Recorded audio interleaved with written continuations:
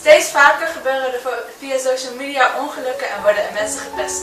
Een groot voorbeeld hiervan is Project X, een Facebook-uitnodiging van een feest in Haren wat totaal uit de hand is gelopen.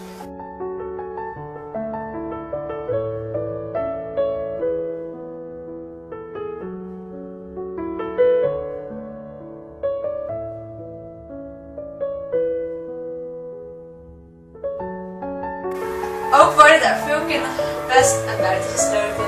Vorig jaar is door Facebook door een ruzie zelfs nog een meisje vermoord.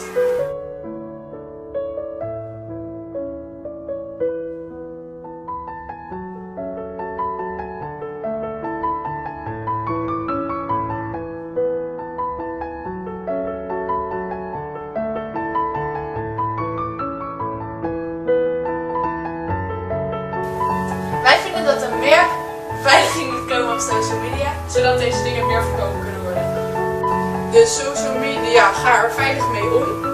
Dus kortom, beveilig je Facebook goed. Dan hebben anderen minder invloed.